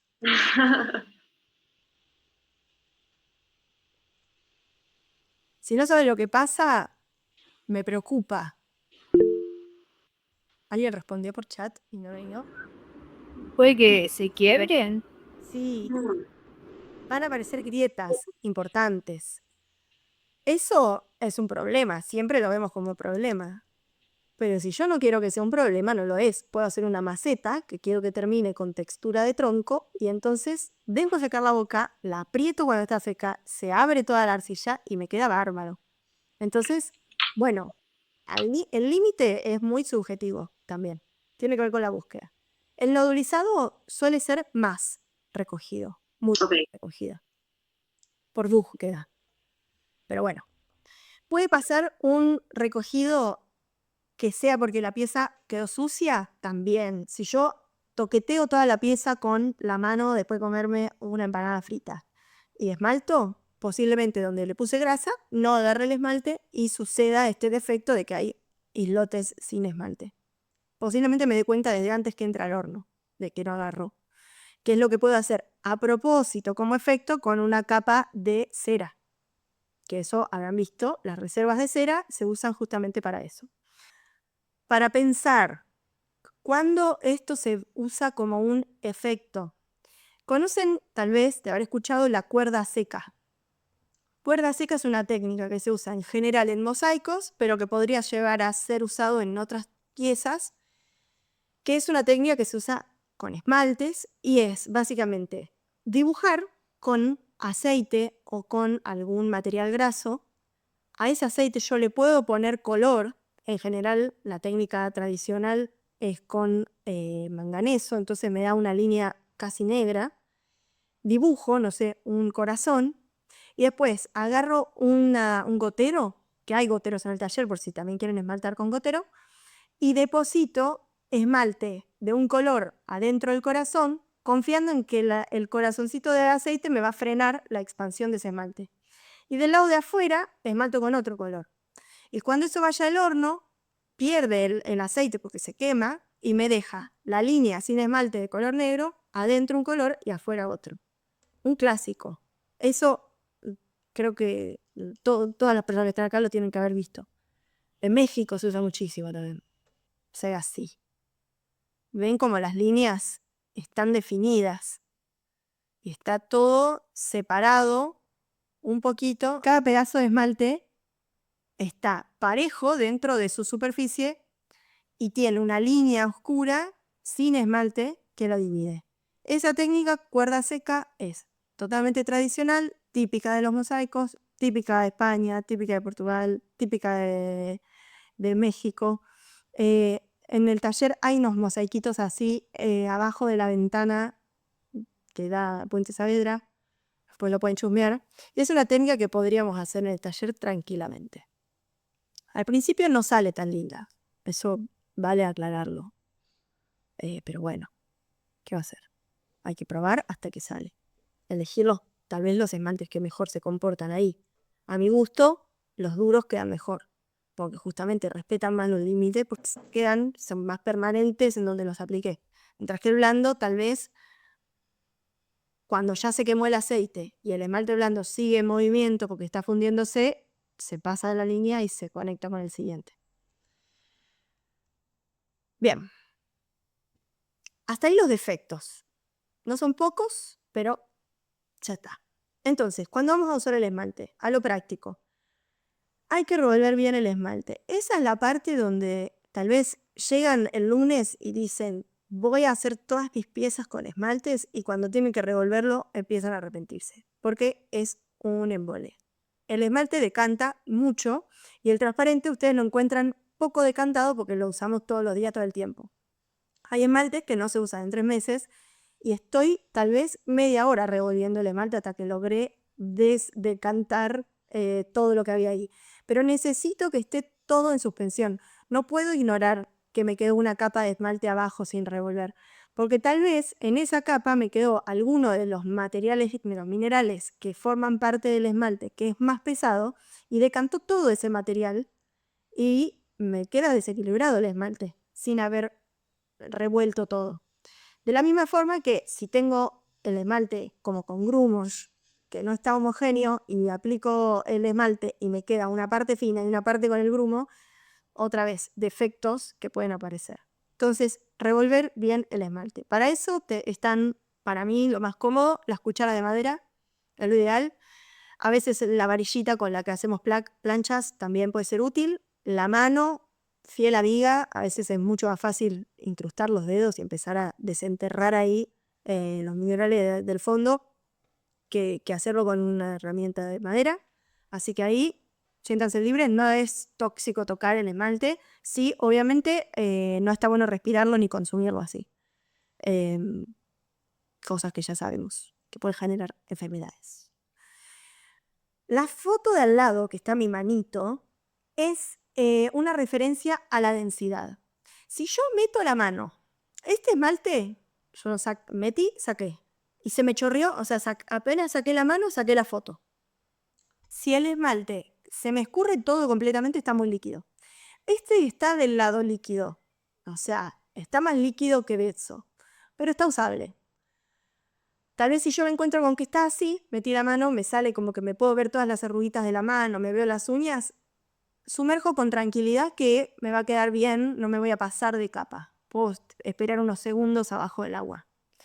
Si yo meto la mano y me cubro un poquitito más, pero me sigo viendo las arruguitas, está perfecto. Si meto la mano y no me puedo ver las uñas, me las tapó por completo como si me hubiese pintado las manos con esmalte, está muy denso. No usamos el esmalte en esas condiciones, salvo que conversemos que conviene por algo y digamos, bueno, sí, aplicarlo así, ponele.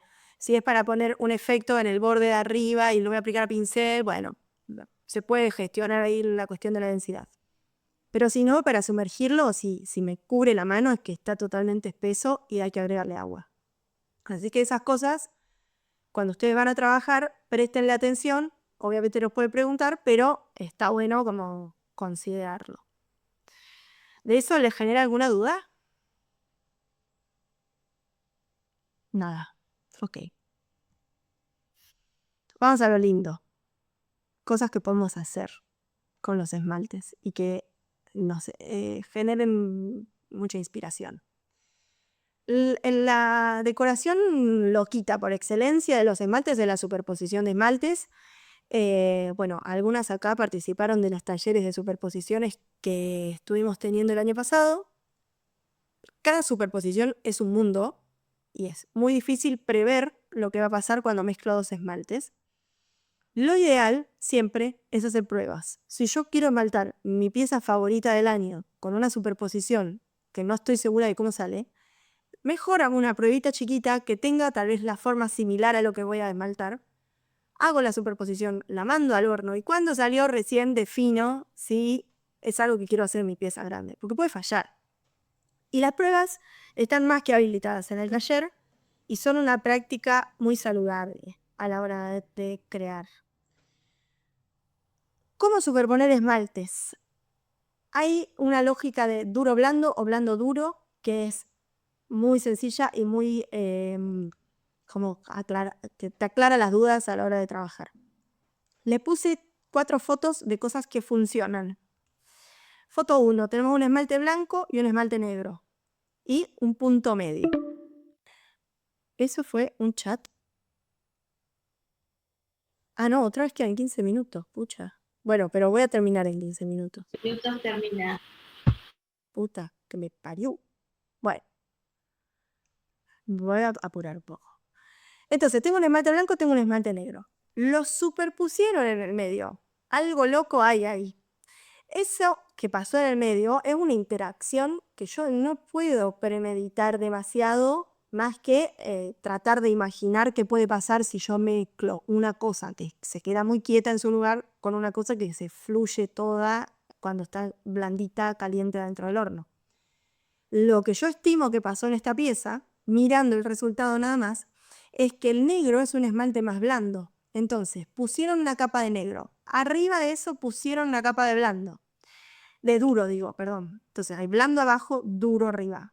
Cuando el blando se empezó a ablandar en el horno, aunque el duro estaba tieso ahí arriba, no le quedó otra como que abrirse y desparramarse arriba del blando, y empezó a generar islas.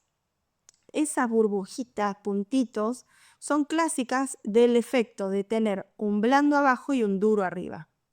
Ahora, si yo lo hago al revés y tengo abajo un esmalte que se quedó tieso y arriba uno que se va a mover, no se va a abrir el de abajo. El de abajo posiblemente esté donde estaba y el de arriba empieza a trasladarse a través de la pieza y tal vez sí a llevarse puesto un poquito del esmalte duro que tenía abajo. Eso es lo que ven en la foto 2, en algunos lugares donde hay como chorreados.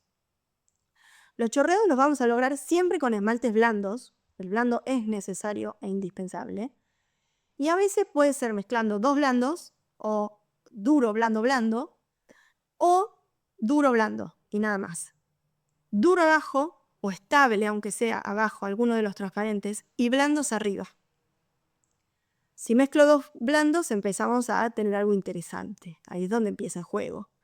Ahora, si voy a mezclar dos blandos y abajo además tengo una capa de duro, tengo 3 capas de esmalte y eso me pone de frente con todos los defectos que hablamos antes. Entonces hay que tener cuidado de no hacer una sobrecarga, porque me puede generar burbujeos, se me puede retraer, puedo generar semejante capa que se me chorrea todo y me llega a la placa. Entonces, cuidado con los grosores y siempre, aunque sea al principio que están explorando, háganlo en la parte superior de las piezas.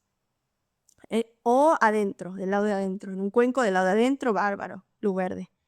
Como mucho puede quedar feo, pero no vamos a tener accidentes. Eso es indispensable. Foto 3, la taza, tienen 2 esmaltes aplicados en diagonal. La mostré, aunque sea de grés, ven que tiene una parte sin esmalte. Porque es interesante abrir el panorama de lo posible. No necesariamente tengo que tener líneas rectas o horizontales. Puedo empezar a jugar con cruces. O imagínense si esa pieza fuese toda blanca y le salpiqué el otro por arriba. Y va a haber puntos con este efecto. De ahí, toda la flayada que quieran tener. Y la última foto, hablando del salpicado, en un plato yo puedo poner un esmalte estable abajo y empezar a poner puntitos de diferentes esmaltes arriba que se van a como expandir en el plano y puede generar efectos copados. Así que, cuidados, todo lo que dejé en rojo ahí son cuidados. Y una llamadita de atención acá. 2 capas de esmalte duro son un bajón. Pueden probar si tienen dudas, pero se los anticipo, queda feo. Porque un esmalte duro está tieso. El otro duro arriba, primero que ya me está generando una tensión superficial enorme que puede generar defecto de retracción. Y además, si se abren, es como que de estar así, hicieron así y nada más. Hay ejemplos en el taller, después se los puedo mostrar. Queda feo. Pruébenlo si quieren, si es una búsqueda estética, válido. Si no, no busquen efectos llamativos de ahí. Y una buena práctica de la superposición es dejar secar la primera capa, emprolijarla, limpiar el junquillo, todo, tener una pieza como lista para ir al horno y recién cuando está seca y todo listo, ahí le aplico la siguiente capa. Eso va a generar mejores resultados que si después la estoy tocando con la superposición, que se pueden desprender pedacitos de esmalte. Bien, efectos posibles con esponja o con aerógrafo. Esa pieza que es como un muncher redondita, tiene como puntitos. Posiblemente esa pieza la espolvorearon con otro color. Y tiene una pincelada. Hablando de pinceladas, las 2 piezas abajo tienen sobre el esmalte aplicado un pigmento o un óxido, que es lo que les decía antes, típico de los azulejos. Y por último, la que tiene ahí colores amarillos y naranjas sería un efecto de degradé interesante con aerógrafo. A probar, esa no la hemos hecho en el taller mucho. Pepi tiene un poco más de experiencia con el aerógrafo. Puede salir bien, puede no generar nada también. Tipo, tal vez se pierde el color. Vamos a lo último, habitar el espacio común. Si el esmalte que quiero usar está en un contenedor que no me sirve, porque por ejemplo es una botella de Gatorade, que hay un esmalte que está ahí, puedo buscar un cuenco, cualquier bowl disponible en el taller, que esté limpio, y lo uso. Después devuelvo el esmalte a la botella a través de un coso de estos, que no me acuerdo el nombre. ¿Cómo se llama? Embudo. Embudo, a través de un embudo y listo. Y traten de que no les pase lo que me pasó a mí por querer sacar la foto con la otra mano, que chorrito el esmalte a la mesa.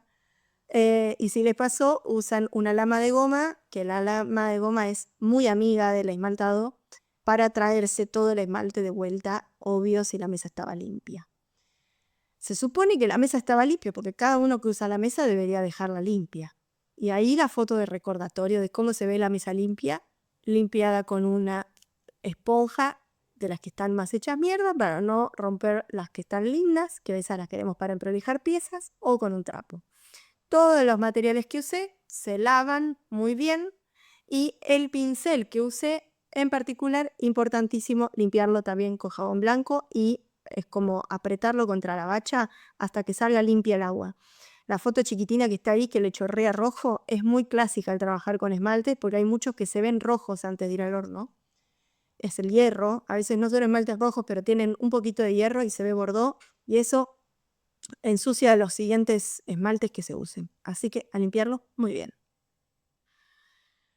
Obligatorio, acá última diapositiva. Limpieza de la base de la pieza, siempre. Si creen que podrían no querer limpiar la pieza porque creen que su pieza es especial y amerita que no tenga junquillo, nos lo preguntan igual y lo conversamos, porque hay piezas que aunque tiene sentido que no tengan junquillo, no soportarían estar sostenidas por los soportes. Por ejemplo, se podrían curvar o no hacen equilibrio, o los soportes no soportan una pieza muy grande arriba porque se doblaría el alambre. Entonces, conversarlo para que no haya accidentes de horno. Repito, si van a usar esmaltes blandos o superponer con blandos, no afecten el último centímetro de la pieza, así evitamos chorreados. Todo el esmalte que no se haya usado lo reutilizamos con la lama de goma, recupero. Si emprolijo un esmalte que está puro ese esmalte, recupero ese esmalte también al cacharrito. Ahora, si ya es mezcla de esmalte, bueno, no. En general no va a pasar y si es mezcla lo tiran por las dudas para no contaminar. Limpiar todos los elementos después de usarlos y si están dudando, consulten. Estamos para acompañar, a veces vamos a tener la respuesta, otras veces no, pero tal vez les podemos sí decir qué cosas estaríamos dispuestas a que se prueben en nuestro horno o cuáles son demasiado riesgosas y preferiríamos no probar o no de la manera en que se estaba pensando. Y acá 3 máximas. Experimenten, que lo único que saben es que van a aprender algo de ese experimento. No sabemos si va a salir lindo, pero probemos que de eso aprendemos todos, los que lo hicieron, los que ven el resultado, aprendemos como taller para poder acompañar más piezas con más certezas. Cada vez vamos teniendo más certeza, pero es un proceso eterno. Si tienen dudas, hagan pruebas. En el taller les permitimos hacer pruebas, festejamos si lo hacen, así que háganlo y busquen creatividad. Tal vez encuentran fotos de ref en internet y está buenísimo, y de ahí que sea disparador a ideas nuevas. Todo lo que quieran explorar, más que nada en piezas escultóricas, artísticas, es muy divertido. Tal vez en una utilitaria tenemos limitaciones para que sean útiles, pero es bárbaro. Y con esto vamos a lo que tenemos. Esmaltes duros. Esto lo voy a hacer rápido, las muestras las tienen en el taller. Tenemos color ocre. Si se fijan, igual se mueve un poco, o sea, se ven los vértices. Pero yo les doy la seguridad porque ya lo probé, es duro este esmalte. Blancos. Los blancos en general son duros. Hay 2 blancos en el taller. En general son lo mismo. A veces, tal vez en alguna superposición, si hacen la misma y lo único que cambia es cuál esmalte blanco usaron, pueden notar que hay alguna diferencia porque químicamente son diferentes. Estéticamente son iguales. Así que están los 2, en general los van a usar indistintamente. Azul Francia, otro esmalte duro y muy lindo. Este esmalte con más carga da un azul mucho más intenso, más profundo. Con poca carga puede verse más como un color jean, que es lo que ven acá, que tiene una capa tranqui y se ve el blanco abajo, entonces queda como más desgastado. Este es un esmalte hecho en casa, es decir, hecho en un taller. Es color crudo, muy parecido al de la cerámica, pero es mate y no es translúcido. Acá no se nota porque lo de abajo es el mismo color, pero si pintaron algo abajo posiblemente no se vea. Y es como satinadito, es muy lindo. Para utilitarias lo recomiendo. Nieve y tierra. Este es un esmalte blanco modificado. Vieron que les hablaba de que podemos formular desde cero o podemos modificar esmaltes comerciales. Este es un caso de un esmalte blanco al que se le agregó jaspeador.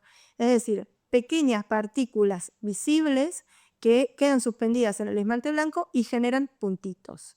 Tiene puntitos chiquititos y puntitos grandecitos que se sienten al tacto, como lo que ven ahí. Puede no ser del todo feliz para algunas piezas, para otras queda bellísimo. Les digo, si quieren tocar esa pieza y que sea súper suave, bueno, no es tan suave. Y el jaspeador es indispensable saber que tiene que estar muy bien revuelto el esmalte para que quede parejo, porque si no, les queda un manchón de jaspeado en un punto y el blanco liso en otro. Es complejo el jaspeado. Hay que agarrarle la mano. Si sumergen una pieza entera, por ejemplo, las chances son que adentro esté jaspeadísimo y afuera no. Es propio del material. Uva. Este violeta es duro. Siempre va a dar este violeta, es un esmalte comercial, no vira hacia ningún otro tono. Celeste, otro comercial duro, también pleno, chácate, súper celeste. Los blandos, hay 2 esmaltes blandos, muy blandos, casi peligrosos. El turquesa, que es este, también comprado comercial. Este cuando lo superponemos queda súper lindo y nada, genera efectos locos. Es muy lindo cuando lo mezclan con blanco, con negro, con azules. Es interesante. Y este es el otro muy blando, que es el corteza. Es un esmalte que funde muchísimo. Si se fijan, las zonas profundas, que es la línea, y los puntitos tienen un color casi el doble de oscuro que las vértices. El esmalte corteza caramelo es hiper blando y muy lindo para hacer trabajos de superposición. Si mezclan corteza con turquesa y un duro, salen unas cosas hermosas. Este es el que estaba en la botella de Gatorade. Solo Dios sabe por qué, pero es bastante choto para lograr superficies plenas vítreas. Pasan estas cosas como que acá está finito y después se queda súper grueso en los agujeritos. Y eso es un poco porque es blando, pero otro poco, no sé, es raro ya cuando lo aplicás. Yo no sé si es un esmalte muy viejo que está en el taller hace muchos años. Si alguna vez se mezcló con algo o qué, yo recomiendo usarlo con superposición. Solito es medio traidor. Le puse estables por poner una palabra. No son ni muy duros ni muy blandos. Están ahí, en el medio. ¿Y por qué? Porque son todos esmaltes que eran transparentes, comerciales, que modificamos agregando algún pigmento. Entonces, no solamente es estable el esmalte, sino que también es estable el color, porque son pigmentos y no óxidos. Así que es como muy lineal el resultado y se pueden usar bastante parecido a como usamos un esmalte transparente. Pero lo importante es que conecten el pote que tiene el material con la tesela de muestra y listo. Azúcar rosa, este con mejor carga sale muy rosita, pero es translúcido, todos son esmaltes translúcidos. Este es el más negro que tenemos en el taller. A la luz puede llegar a verse un poco marrón, pero es profundamente negro igual. Perdón. Sí, ¿El negro ese es blando? es intermedio, Ok. porque es un esmalte transparente modificado. Entonces, no es blando como el corteza o como el turquesa. Claro. Pero si lo pongo y quiero que se quede en un lugar solo, tal vez no. Cuando lo aplicás parejo en una pieza normal, te queda todo negra. Claro. O sea, funciona, ¿no? Que te va a quedar blanco arriba y una gota abajo. Claro, pero por ejemplo, para el ojo de la tortuga. Sí. A ir, ¿no? ¿Va? Ok. Bueno, y después los artísticos, que en realidad acá me faltan un par de muestras porque no las llegué a esmaltar. Pero este le había hecho puntito porque esta es una tesela que no me gustó. Pero es el que no dice nada, la muestra del esmalte. Que si se fijan es como que está rugoso y tiene grietas y es opaco. Es un esmalte que en verdad está infracocido, es crudo. Seguramente si ese esmalte lo mandamos a más alta temperatura, sea un esmalte vidrioso, brillante. Pero en esta temperatura funciona como una piel craqueladita, que es artístico. No vamos a poner eso dentro de un cuenco para comer, pero de pronto, no sé, están haciendo un esqueleto y quieren que tenga textura de hueso y le ponen este esmalte, por ejemplo. O un planeta, o no sé, cualquier cosa les imaginen que tenga esta textura, un huevo. Después el Venturina. Es un esmalte que cuando le pega la luz tiene brillitos, tiene como un desarrollo interesante, profundo. El metal, este es un esmalte de exceso de óxidos. O sea, es un esmalte que está saturado. Por lo tanto, no es estable. No lo usaría nunca para algo donde yo voy a poner comida. Hay mucha posibilidad de que de este esmalte algunos de esos óxidos se desprendan y migren hacia la comida, especialmente si hay ácidos. Entonces, hermoso para algo decorativo. Si va a ser algo que me da miedo que pueda llegar a ser tóxico, mejor no usarlo. Así que genera un metalizado recopado. Es interesante. Y hasta ahí llegó. Voy a agregar dos más que están en el taller. Uno que es verdecito y uno que es el de la piel de tortuga, que bueno, próximamente los pondremos en el catálogo de esmaltes. No puse los dos esmaltes que estoy usando actualmente en mi producción y en las colaboraciones con Luni porque me dio cosa ponerlos al servicio así muy en lo común por una cuestión de que después cuesta volver a estabilizar, si tengo que volver a formularlo, y me di cuenta que me estaba arriesgando un poco en mi proceso creativo personal, que llevo bastante rato tratando de hacer que ese esmalte esté compatible con el cuerpo cerámico que uso, que vieron que es una arcilla negra, y me agarró un poco de miedo de que se termine, volver a hacerlo y tener que volver a arrancar todo el proceso de compatibilizarlos. Así que nada, creo que con todos los materiales que les acabo de mostrar, igual hay un mundo de posibilidades para explorar. Y el día de mañana, si eso despierta ganas de formular esmaltes, estoy súper disponible para pensar en ese formato de encuentros y formular desde cero y buscar efectos, que tal vez eso es lo llamativo de esos esmaltes que habrán visto dando vueltas en el taller, que tienen como una vueltita de rosca, pero porque, bueno, tienen como un poquito más de complejidad para desarrollarlos. Dicho eso, ¡tarán! Mi momento de pasar la gorra virtual. Esto lo hago porque me encanta y que quería compartirles todo esto que también vengo estudiando hace años. Y desde ya que si les gustó la clase y tienen ganas de colaborar con la gorra, porque aprendieron, porque vieron que me trabajé mucho en el PowerPoint, es muy bien recibido.